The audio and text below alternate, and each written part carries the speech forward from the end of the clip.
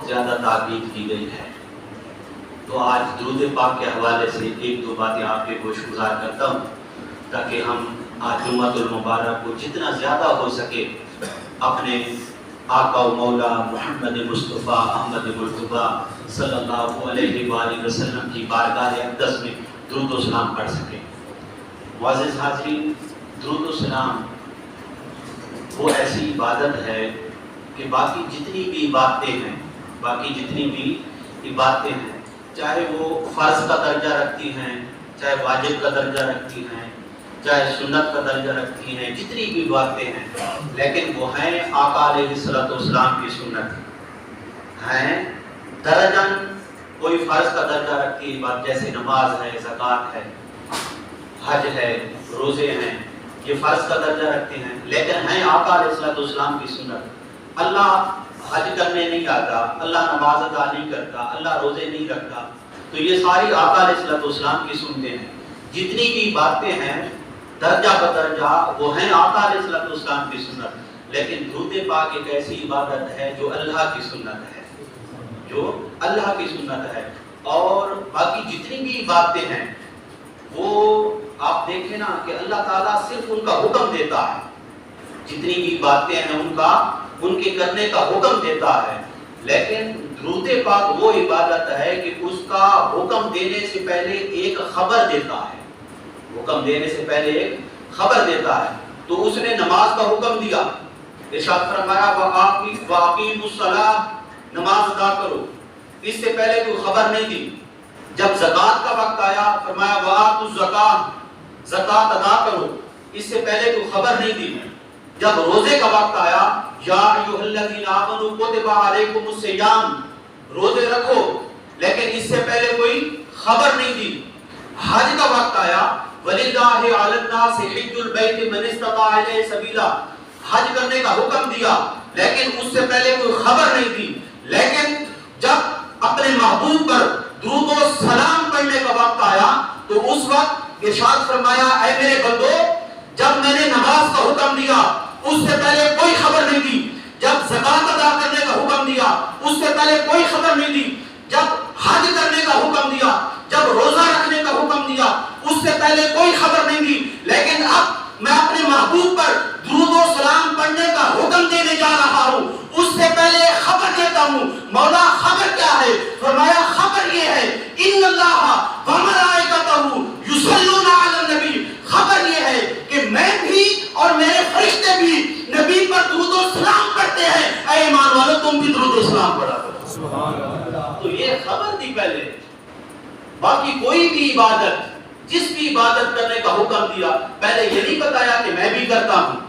لیکن جب درود و سلام پڑھنے کا وقت آیا تو فرمایا میں بھی پڑھتا ہوں، میرے فرشتے بھی پڑھتے ہیں، یا ایھا الذین آمنوا صلوا علیہ وسلموا تسلیما، اے ایمان والو تم بھی کثرت کے ساتھ درود و سلام پڑھا کرو۔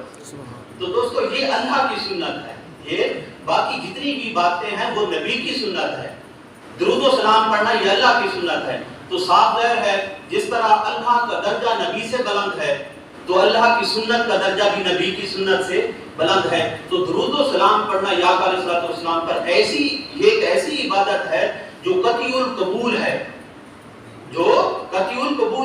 باقی کوئی بھی عبادت انسان کرتا ہے اللہ کی مرضی قبول کرے نہ کرے، لیکن درود و سلام جو کہ درود پڑھنا، دیکھو یہ دعا ہے، درود دعا ہے کہ اے اللہ اپنے نبی پر رحمت نازل فرما، تو انسان یہ دعا مانگتا ہے اللہ تعالیٰ کی بارگاہ میں۔ درود کیا ہے؟ اللہم صلی علی محمد، اے اللہ درود پڑھ اپنے نبی پر، تو وہ درود تو پہلے پڑھ رہا ہے،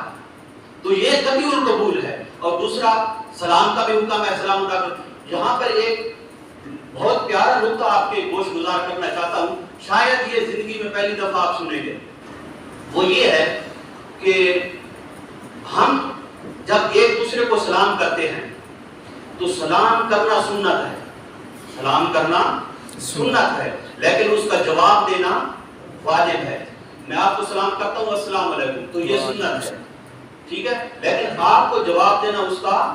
واجب ہے۔ سلام کرنا سنت ہے، جواب دینا واجب ہے۔ تو دوستو جب کوئی ہمیں سلام کرتا ہے